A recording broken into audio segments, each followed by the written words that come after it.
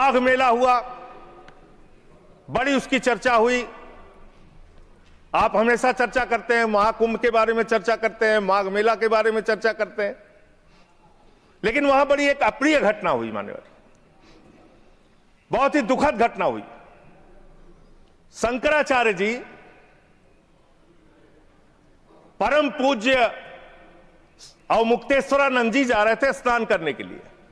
उनको प्रशासन के द्वारा उनको रोका गया, उनके शिष्यों को, उनके बटुकों को चोटी पकड़ पकड़ के घसीट घसीट के मारा गया उनको। और इतना ही नहीं, उनकी एक मांग थी कि अगर प्रशासन या सरकार मुझसे वार्ता कर ले और अपनी गलती मान ले तो मैं स्नान करूंगा। ना उनसे किसी ने माफी मांगी और ना ही वो स्नान कर पाए। बिना स्नान किए शंकराचार्य जी वहां से चले गए। और भी शर्मनाक बात यह है, आप कितने बड़े धर्म के ठेकेदार हैं। आप देखिए कि आप शंकराचार्य जी को तहसीलदार के माध्यम से चिट्ठी भेज रहे हैं, कह रहे हैं बताओ आप शंकराचार्य हो कि नहीं हो। अरावली पर्वत को साबित करना है, बताओ तुम अरावली पर्वत हो कि नहीं हो। दिल्ली की जहरीली हवाओं को साबित करना है, बताओ हवाओं तुम जहरीली हो कि नहीं हो। इस देश के मतदाताओं को साबित करना है, बताओ तुम भारत के नागरिक हो कि नहीं हो। और शंकराचार्य जी को साबित करना है, बताओ आप शंकराचार्य हो कि नहीं हो। जो लोग अभी तक 12 साल में अपनी डिग्री नहीं दिखा पाए, वो शंकराचार्य से शंकराचार्य होने का प्रमाण मांग रहे हैं। यह है आपकी धार्मिक ठेकेदारी। इस तरह से आप धर्म की ठेकेदारी करना चाहते हैं तो देश के अंदर नफरत फैलाकर जो आप राजनीति कर रहे हैं, लोगों के हक को मार के जो आप राजनीति कर रहे हैं, इसका कोई बहुत देश के विकास, कम से कम विकसित भारत आपकी इस विचारधारा, इस सोच से तो नहीं बन सकता। विकसित भारत के लिए यह विचारधारा आपकी काम नहीं करेगी। नफरत फैलाओ और राज करो की, अंग्रेजों की जो विचारधारा थी, बांटो और राज करो की जो विचारधारा थी, उससे नहीं बन सकता। मान्यवर, बात कर लें विदेश नीति की। विश्व गुरु बनने की बात करते हैं प्रधानमंत्री जी, पूरे दुनिया में उनका डंका पीटा जा रहा है। हमने देखा किस तरह से अमेरिका से भारतीयों को हाथ में हथकड़ी, पैरों में बेड़ी बांध के अमृतसर पहुंचाया गया। हमने देखा कि किस तरह से सीज फायर के लिए कम से कम 70 बार अमेरिका का राष्ट्रपति ट्रंप कह रहा है कि उसने ट्रेड डील की धमकी देकर सीज फायर कराया, ट्रेड खत्म करने की धमकी देके। हमने देखा कि किस तरह से चीन यह कह रहा है कि वो सक्सगाम में निर्माण कार्य करेगा और आपकी पार्टी के दफ्तर में उनके प्रतिनिधि मीटिंग कर रहे हैं। उसी दिन वो बयान दे रहा है, बीजेपी के दफ्तर में वो लोग मीटिंग कर रहे हैं, उसी दिन चीन का बयान आ रहा है कि हम सक्सगम घाटी में निर्माण कार्य करेंगे, पुल बनाएंगे, सुरंग बनाएंगे। आपकी विदेश नीति क्या है? बांग्लादेश में हिंदुओं की हत्याएं हो रही हैं, उस पर आप खामोश रहते हैं, चुप रहते हैं, बोलते नहीं है। आप किसी भी मामले में सामने मुखर होकर सामने आके स्पष्टीकरण नहीं दे रहे हैं।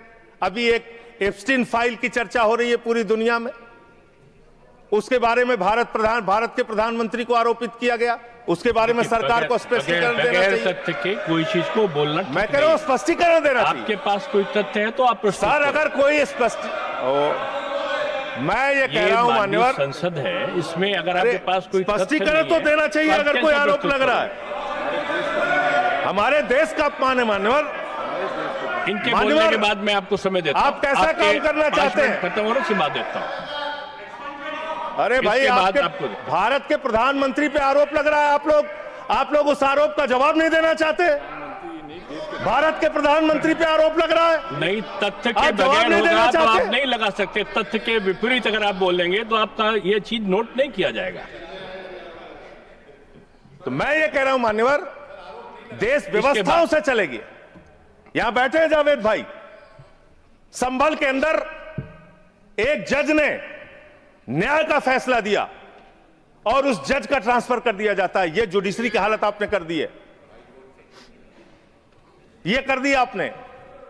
देखिए, न्यायालय ट्रांसफर करता है जज का। अरे मान्यवर, जज का ट्रांसफर हुआ है, अवमानना होगी। जज का ट्रांसफर हुआ है। जज का ट्रांसफर कोई पॉलिटिकल पार्टी नहीं करती, तो एडमिनिस्ट्रेटिव तो आप काम जो हुआ ऐसी चीज ना बोले जो कंटेम्प्ट हो कोर्ट का। और इस तरह से एफआईआर दर्ज करके, लोगों के दबा के, लोगों के अधिकारों को छीन के, हमारी पार्टी के तो खैर पीछे ही पड़े हुए हैं आप लोग। चैतर बसेवा एक आदिवासी नेता हैं, उनको गिरफ्तार करके आपने 3 बार गुजरात के अंदर जेल में डाल दिया। महराज मलिक हमारे विधायक हैं, उनको डाल दिया जेल में। हम लोगों को तो जेल भेज ही चुके। आप रोज मुकदमा लिखते रहते हैं, एफआईआर लिखते रहते हैं। सोनम वांगचुक को अभी भी आपने जेल में रखा हुआ है। तो एक के बाद एक लोगों को, विपक्ष के नेताओं को जेल में डाल के आप कैसे काम करेंगे? आप पूरे देश में एसआईआर के नाम पे लोगों के वोट काट रहे हैं, एसआईआर के नाम पे लोगों के वोट काट रहे हैं। बस खत्म कर रहा हूं सर, सबको 2-2, 3-3 मिनट मिला है। मैं 1 मिनट में मैं खत्म, 1 मिनट में मैं आधा मिनट, मान्यवर, मैं पार्टी का लीडर हूं, 1 मिनट में खत्म। आधा मिनट पार्टी का लीडर है मान्यवर, एसआईआर के नाम पे आप क्या कर रहे हैं? पूरे देश में करोड़ों लोगों के वोट काट रहे हैं। यूपी की बात अगर मैं कर लूं तो वहां पर आपके ही राज्य निर्वाचन आयोग ने जो चुनाव की सूची बनाई, ग्रामीण चुनाव के लिए, पंचायत चुनाव के लिए और शहरी चुनाव के लिए, उसमें दिखाया 17 करोड़ वोट। और एसआईआर के लिए जो केंद्रीय ज्ञानेश कुमार जी की निगरानी में जो सूची बनी, उसमें दिखाया गया 12 करोड़ 55 लाख वोट, 4.5 करोड़ वोट उत्तर प्रदेश में कहां पर उड़ गए? और आप कह रहे हैं हर बूथ पे 200 वोट बनाएंगे तो 3.5 करोड़ वोट आप ऐसे ही बना लेंगे। तो एक बहुत बड़ा फ्रॉड है। एसआईआर में आप नेताजी के परिवार को नोटिस भेज रहे हैं।